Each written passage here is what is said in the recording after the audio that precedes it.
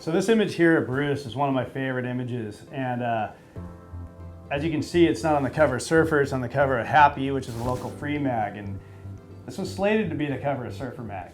And I was super pumped. This was back in the day, film shot. We'd go to Indo, we'd sit on a boat for a couple weeks, it'd take a couple more, get home, take another week to go through all the photos, and we had this shot of Bruce that was just, it was a really good day at Lance's right, and he owned it, and it was awesome. But what happened was it got pulled from the cover of Surfer, because back then there used to be rival magazines.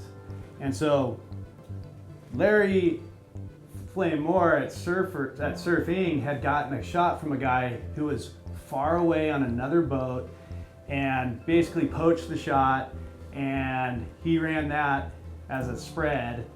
And because there was this surfer wars at the time, and it killed my shot of Bruce on the cover, which always pissed me off to no ends to this day. Like I grew up on the same beach as Larry, and he got photos of me. My parents have photos that he took of me hanging on their walls, but I was always super freaking bitter about that. And that happens, and I'm sure, it happens to a lot of people, and it's really no big deal in the scheme of things. But I would have loved to see this on the cover of Surfer, and I'm just glad that these guys put it on there too. Yeah, this is another image to me that's really, really special. A, because it's of Andy, but also just during this time.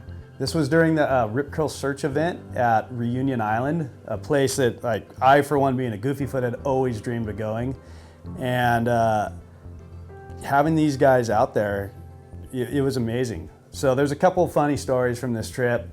One day we went to the beach, and we drove to this other spot that was good, not St. Lou, but some other place, and Andy had forgot his board shorts. I happen to have board shorts on, and I'm a bit bigger than Andy was, so he switched me his walk shorts that I could barely squeeze into, and he threw on my board shorts, and they were falling off him the whole time. He had to tie them up, and it was just a pretty funny thing. Like, I'm standing on the beach shooting this stuff with shorts that barely go around my butt's hanging out, and it's it's not a pleasant sight.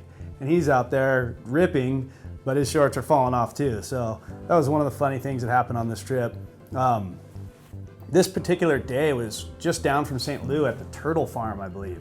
A place called Turtle Farm, or it was in front of a turtle farm. And if memory serves me correct, it was him, his brother Bruce, and Taylor Knox. And they were saying, yeah, there's a sharky place. And I mean, the whole place is sharky now, but they went out there and just destroyed it, man. And it was one of those sessions that I was really impressed. It was a heavy wave.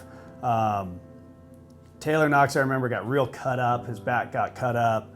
But I always liked this shot because Andy has his logo Aki'd. And I always loved it when he did that to his board. Like, hey, do it Aki style, And I always thought that was real cool, that little Aki tribute. And just that time, it was a great time. And on this beautiful island where the waves were unreal, and there's these great long lefts, and it's a little bit sharky, but not that big of a deal. And now you can't even surf there. It's over. So I look back on it and just love the style. Everything, everything about this just makes me want to go surfing.